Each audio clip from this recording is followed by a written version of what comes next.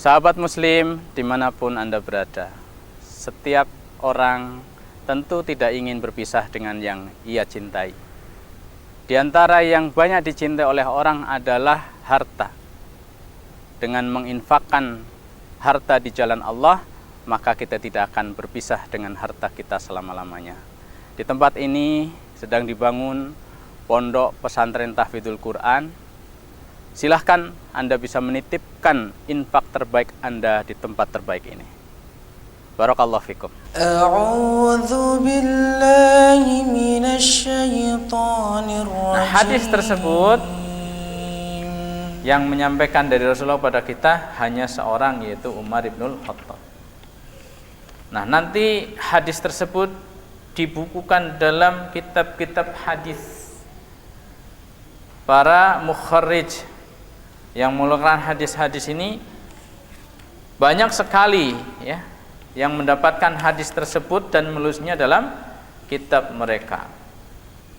Imam Bukhari, Imam Muslim, Imam Abu Dawud, Imam Tirmidzi, Imam Ibnu Majah, Imam Nasa'i. Ini 6 orang ahli hadis yang hadisnya dikenal dengan kutubus sittah.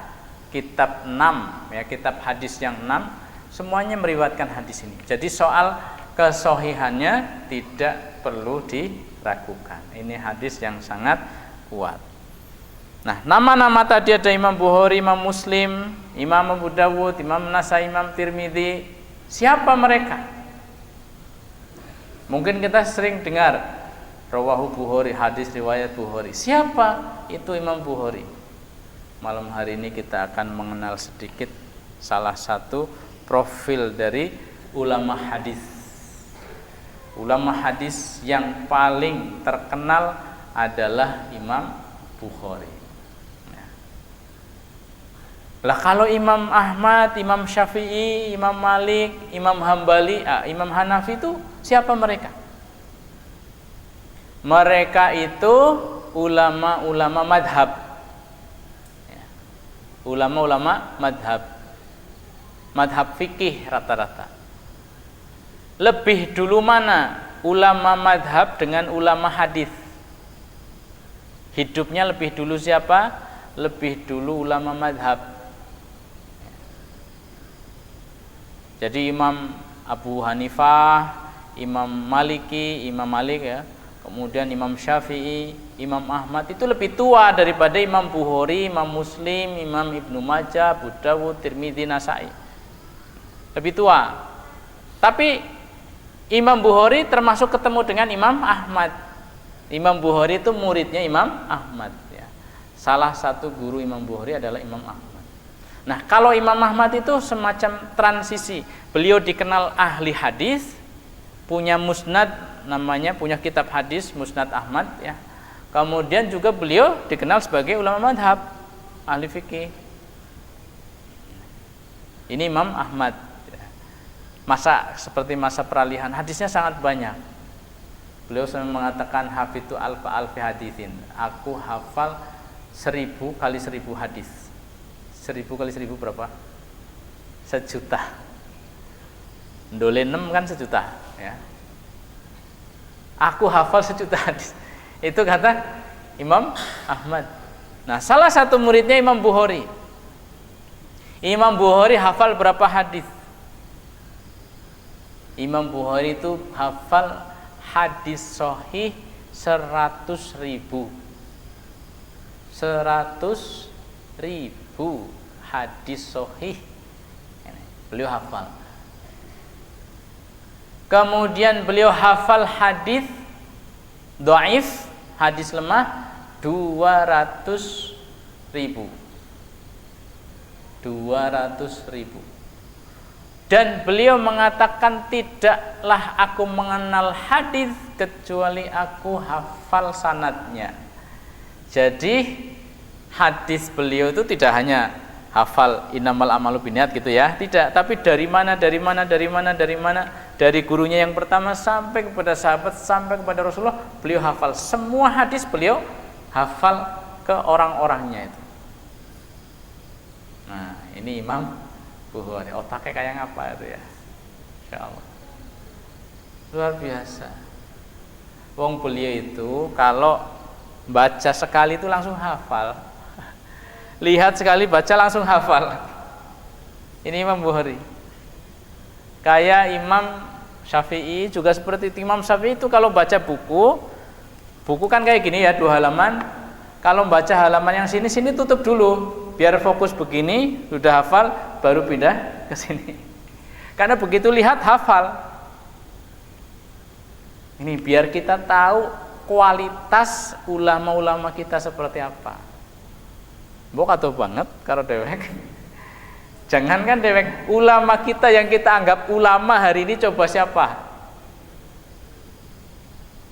Jauh. Kalau kita lihat di Indonesia ulama luar biasa cerdasnya Ustadz Adi Hidayat misalnya. Beliau kalau hadis itu kalau baca Bapak mesti di bagian kiri atas, bagian tengah, pojok bawah. Beliau seperti itu ya, tergambar itu.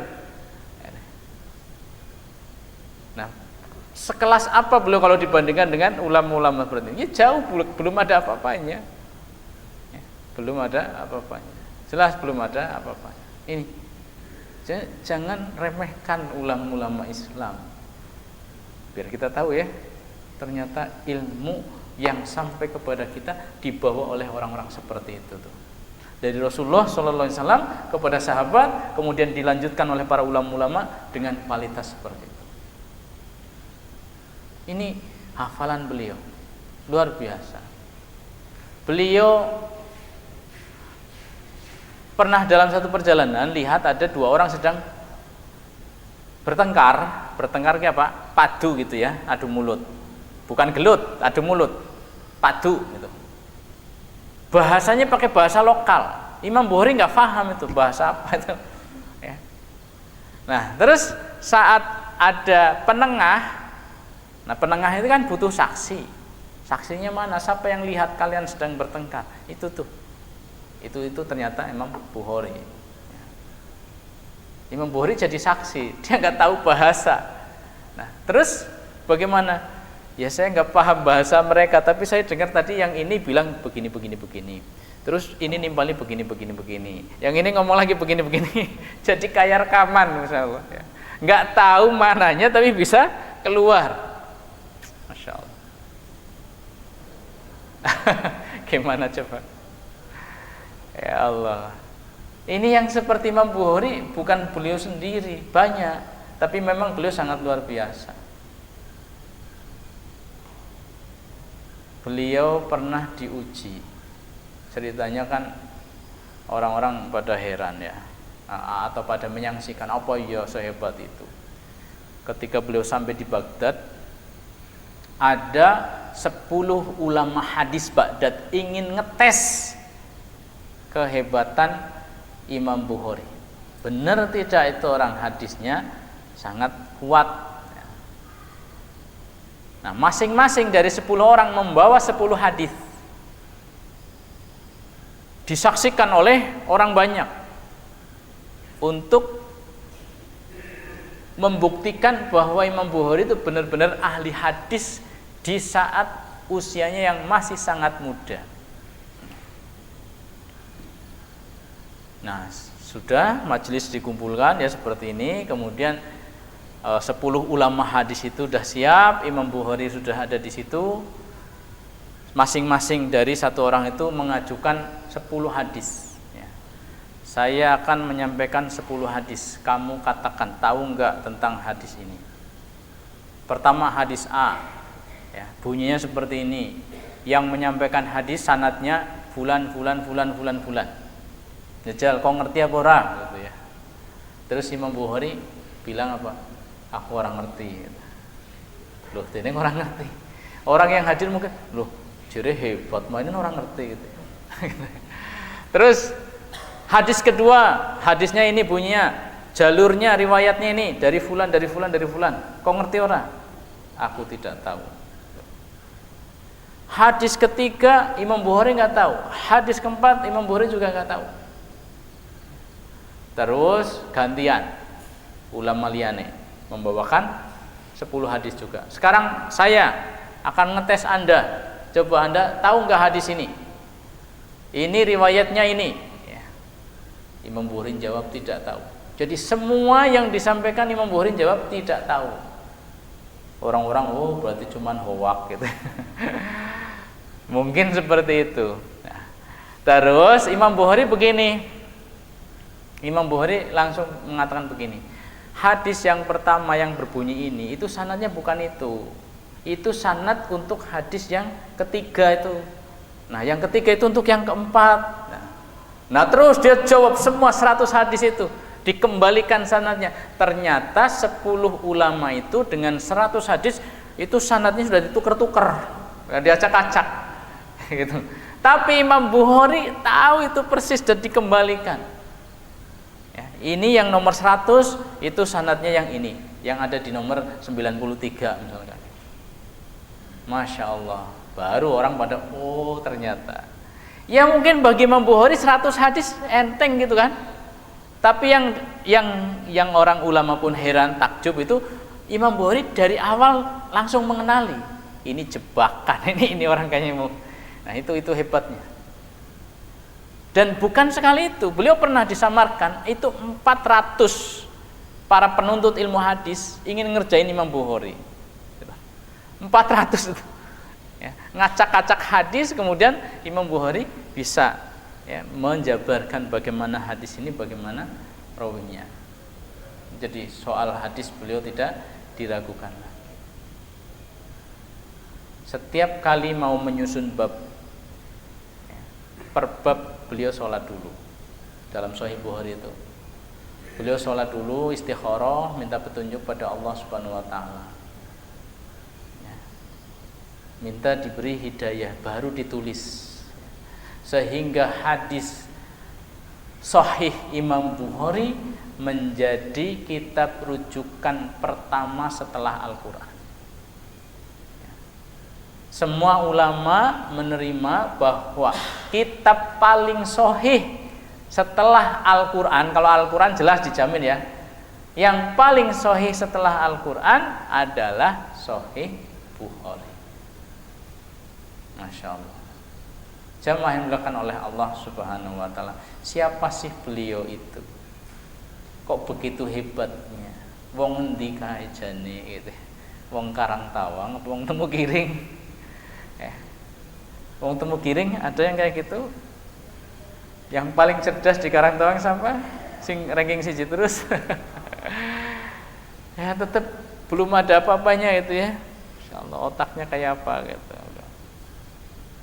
Otaknya kayak komputer. Set ya. Pentium bukan Pentium awal-awal itu udah terus tercanggih lah pokoknya. Nah, beliau itu namanya Abu Abdillah Ibn Abil Hasan. Nama asli beliau adalah Muhammad bin Ismail. Muhammad bin Ismail bin Ibrahim bin Al-Mughirah bin Bardisbah Al-Ju'fi maulahum. Nah, itu nama beliau. Namanya Muhammad. Ya. Nama beliau adalah Muhammad. Bapaknya namanya Ismail. Orang mana beliau? Orang Samarkand, orang Bukhara. Bukhara itu daerah Uzbek kalau sekarang ya. Kalau sekarang itu Uzbekistan. Ya, orang Samarkand, Bukhara. Makanya Imam Bukhari. Ya. Orang Arab apa bukan? Bukan Arab aslinya. Ya. Itu termasuk wilayah Khurasan, Mawarwan Nahar. Bisa bahasa Arab apa tidak? Aslinya tidak. Tapi negeri itu menjadi negeri yang ditaklukkan oleh umat Islam, menjadi negeri Islam, kemudian bahasa Arab berkembang di sana, ilmu berkembang di sana, ulama tumbuh di sana. Beliau lahir di keluarga yang soleh. Bapaknya Ismail meninggal saat Muhammad ini atau Imam Bukhari ini masih ada di kandungan. Jadi sudah yatim. Nah, bapaknya meninggalkan harta yang cukup banyak. Ahlan. Bapaknya ini meninggalkan harta yang cukup banyak. Dan beliau mengatakan, wahai istriku, ya, saya tinggalkan, saya mau mati. Ya, jadi beliau sakit. sudah tahu lah mau mati, saya tinggalkan harta itu cukuplah untuk ngerawat kamu, anak kita itu. Dan semua harta yang aku dapatkan itu aku pastikan tidak ada yang haram, tidak ada yang syubhat. Yang syubhat saja tidak ada, apalagi yang haram. Nih kunci rizki berkah apa? Halal ya. Jadi kalau pengen punya anak soleh, pertama harus dicari apa? Rizki yang halal. Ibu-ibu, kalau bapak bawa uang ke rumah, tanya, ke duit sekarang di pak halal apa haram gitu ya. Angger oleh akeh kan mencurigakan, layak dicurigai. Ki tumben-tumbene ki sekangen iki. Ya. Jangan-jangan itu. Wis meneng bae, sing penting toli aja gelem, Bu. Ya. Harus selektif. Kenapa? Ini berkaitan dengan darah ini. Dengan anak keturunan. Ini Imam Ismail, bapaknya Imam Bukhari seperti itu. Nah, bapaknya lagi namanya Ibrahim. Kok namanya sudah nama Islam? Ya karena sudah masuk Islam mereka. Bapaknya Ibrahim namanya Mughirah. Kok nama Islam juga? Kemudian Al-Ju'fi itu dari mana? Al-Ju'fi itu orang dari Trah Yaman. Ya, keturunan Yaman yang sudah hijrah karena Islam itu, ya, jihad di sana, kemudian tetap di sana. Kemudian Mughirah itu masuk Islam lewat Al-Ju'fi itu.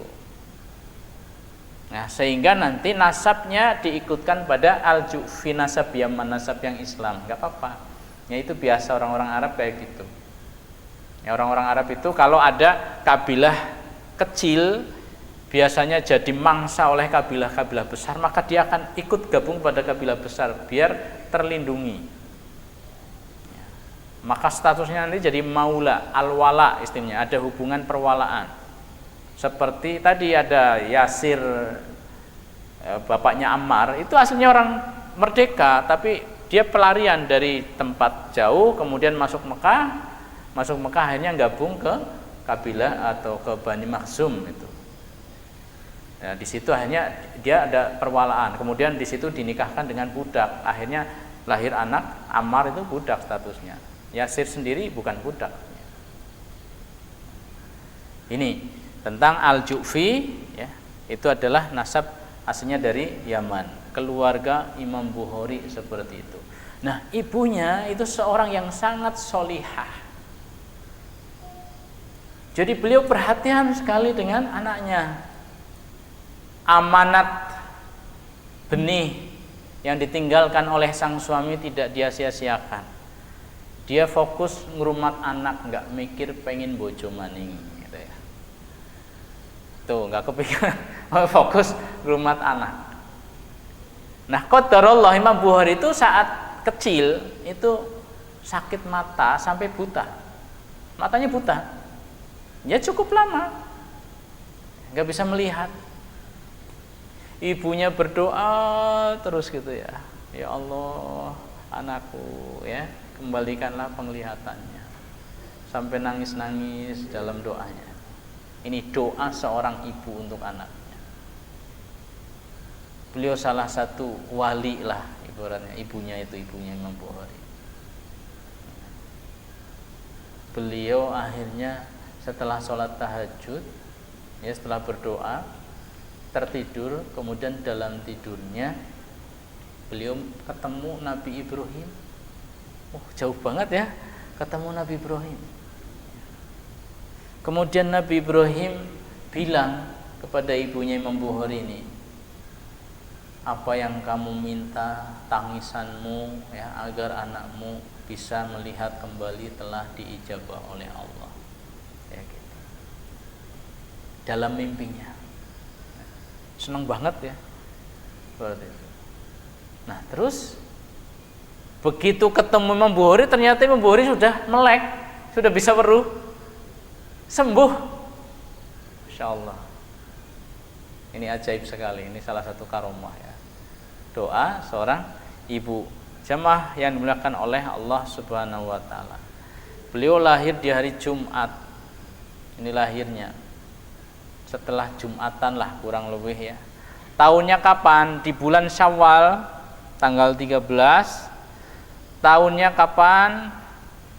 Tahunnya adalah tahun 194. Ya. Tahun 194 Hijriah. Ya, sekarang tahun berapa? Sekarang tahun 1445. Ya. Berarti kurangi 200. 1245 tahun yang lalu itu beliau lahirnya. Ini kelahiran beliau pada bulan Syawal di hari Jumat. Selisihnya dengan Imam Syafi'i dengan Imam Ahmad itu sekitar 30 tahun. Imam Ahmad tahun berarti tahun 164-an itu beliau lahirnya ya. Selisih sekitar 30 tahun. Dan itu nanti menjadi salah satu gurunya ya, gurunya Imam Bukhari. Ini beliau lahir seperti itu. Kemudian setelah beliau sudah umur mungkin 5 tahunan gitu ya, beliau belajarnya di mana? Di kutab, itu istilahnya ya. Kutab itu apa sih? Kutab itu tempat ngaji anak-anak ya. Namanya kutab, tempat ngaji anak-anak, belajar Quran, hafalan, belajar doa-doa harian kayak gitu. Itu di kutab. Beliau belajar di kutab. Umur 10 tahun sudah hafal Quran. Mutkin ya. Hafalan yang sangat kuat. Umur 10 tahun. Kemudian beliau setelah itu punya semangat untuk belajar hadis. Beliau belajar hadis terus. Sehingga umur yang masih sangat muda itu, masih di tempat tinggalnya, masih di daerah Samarkand, beliau sudah hafal beberapa kitab hadis. Kitabnya Ibnu Mubarak misalkan beliau hafal. Kitab-kitab hadis yang isinya ribuan itu beliau hafal sudah. Sampai nanti umur 16 tahun beliau pergi haji sama ibunya, sama saudaranya. Umur 16 tahun dari Samarkand, dari Bukhara, dari Uzbek ke Mekah. Saat itu belum ada bis, belum ada maning motor mabur ya. Anaknya apa? Onta. Iya. Begitu. Perjalanan beliau haji, yang lain pulang, ibunya pulang, beliau nggak mau pulang. Saya sekalian tak nuntut ilmu. Terus beliau melakukan perjalanan menuntut ilmu hadis ke kota Basra di mana? Di Mesir, di Irak, Kufah di Irak, kemudian ke Mesir, kemudian ke Syam, ke Mekah, Madinah, ke Jazirah. Ulama-ulama itu ditemui di mana dengar ada ulama hadis beliau datangi. Sampai beliau mempunyai guru itu jumlahnya 1080 gurune ya. Berapa? 1080 itu. Dan masing-masing guru ribuan hadis yang beliau ambil. Masya Allah, gurune wis menuake dan semua ilmunya beliau hafal gitu. Waktu kecil ini ya, waktu kecil pernah berguru. Waktu kecil itu gurune malah dibenarkan oleh beliau. Pak Guru, itu apa benar seperti itu? Kayaknya bukan itu loh gitu loh. Loh nanti bukumu bisa neko benerna. Ya coba saja bukunya Pak Guru dilihat lagi gitu. Terus begitu dilihat, oh iya aku salah ya. Insya Allah, luar biasa. Ini masih kecil ya. Itu gurunya sudah diluruskan sama beliau. Tapi beliau sangat hormat sekali ya sama guru, dan beliau juga sangat dihormati oleh murid-muridnya. Beliau ini orang luar biasa, guru hormat, murid hormat. Di antara murid beliau siapa? Imam Muslim. Ya, Imam Muslim itu ahli hadis urutan nomor 2 lah setelah Bukhari. Bukhari Muslim. Nah, Muslim itu muridnya Imam Bukhari. Imam Muslim itu sampai ngomong ya, wahai Pak Guru, wahai Sang Kiai, izinkan saya untuk mencium kedua telapak kaki Anda. Gitu. Ya. Wahai ahli hadisnya ahli hadis, gitu ya. Wahai pemimpinnya para muhaddisin, ya. Wahai dokternya hadis-hadis yang cacat, gitu. Beliau katakan, izinkan saya untuk mencium kaki Anda. Imam Muslim ya kepada Imam Bukhari seperti itu.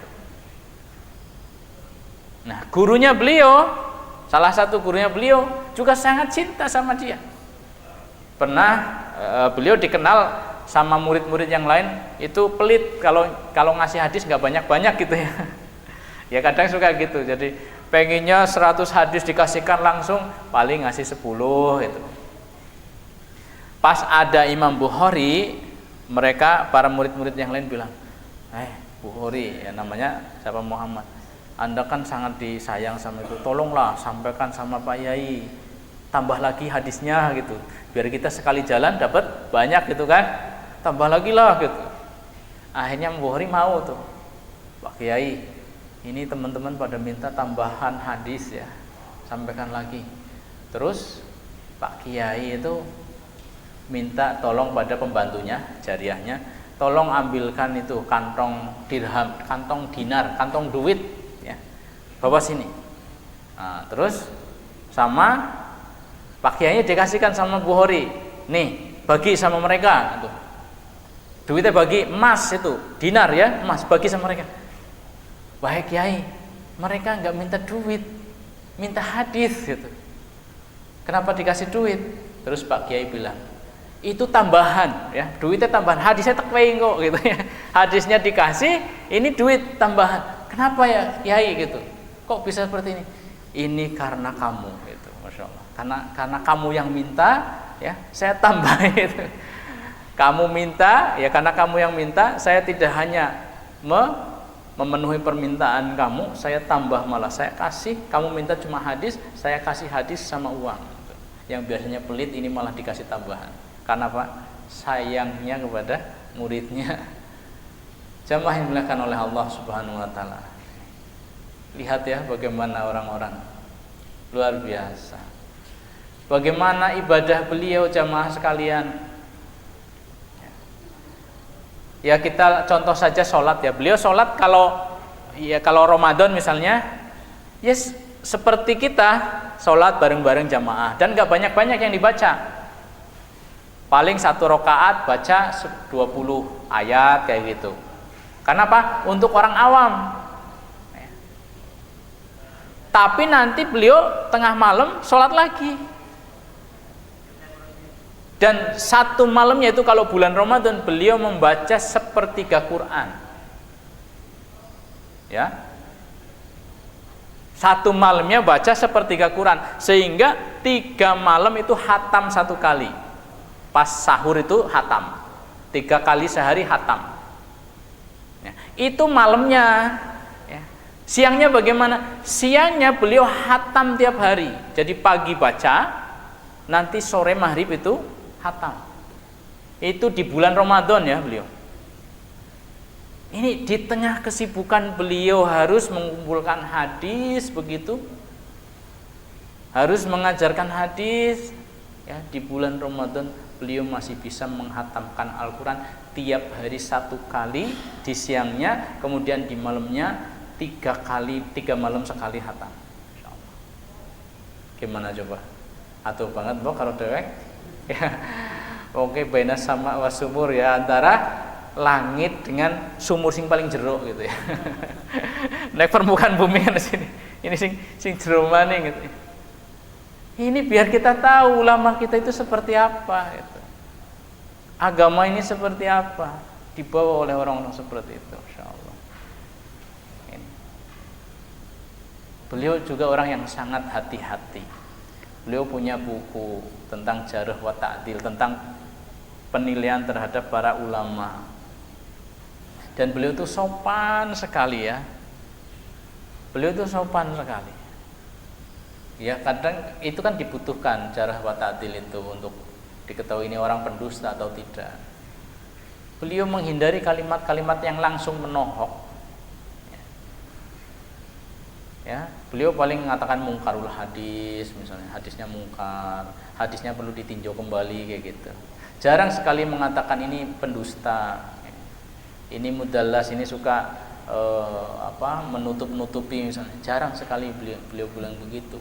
Kadang malah beliau mengatakan namanya saja tidak disebutkan binnya. Muhammad bin Yahya misalnya, beliau sebut Muhammad saja. Biar tidak langsung tok melong gitu loh. Orang kan nanti tahu sendiri gitu. Kadang dibinkan kepada orang jauh. Bin kakeknya misalkan, nggak langsung pada bin ayahnya. Itu demi apa? Menjaga muruah. Beliau mengadukan pada Allah, ya Allah, saya tidak ingin saya nanti dihisab dalam keadaan saya telah menggibah orang. Ya. Padahal itu kan harus ya untuk diketahui oleh orang lain. Ya, jarh wa ta'dil itu ya kadang menyebutkan sisi-sisi negatifnya orang, dia pendusta misalnya. Itu ilmu dan itu bukan hibah sebenarnya, tapi beliau sangat menghindari ya, biar tidak masuk pada maksiat ghibah.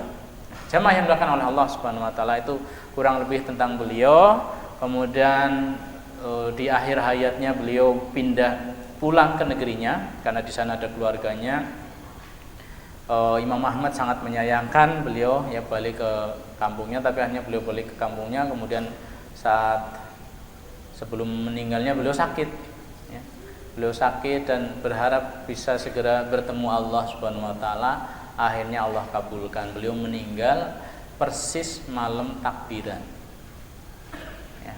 Beliau meninggal setelah selesai bulan Ramadan. Coba. Saya itu sering kalau bulan Ramadan itu akhir, saya bilang siapa yang pengen mau mati sekarang? Kenapa? Loh, itu baru saja puasa, dosanya diampuni, pahalanya banyak, mungkin dapat Lailatul Qadar, bersih kan? Sehingga nih mati pas rampungan puasa itu kan Masya Allah itu ya. Nah beliau meninggal pas malam Idul Fitri, umurnya 62 tahun, pas malam Sabtu waktu itu ya, berarti hari Jumat malam Sabtu. Masya Allah ya, rahimahullah.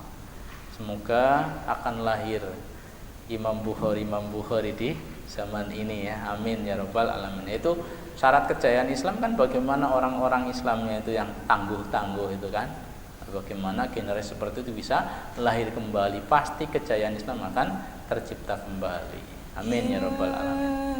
Aku qouli hadza astaghfirullah wa lakum. Wassalamualaikum warahmatullahi wabarakatuh. تتنزل عليهم الملائكة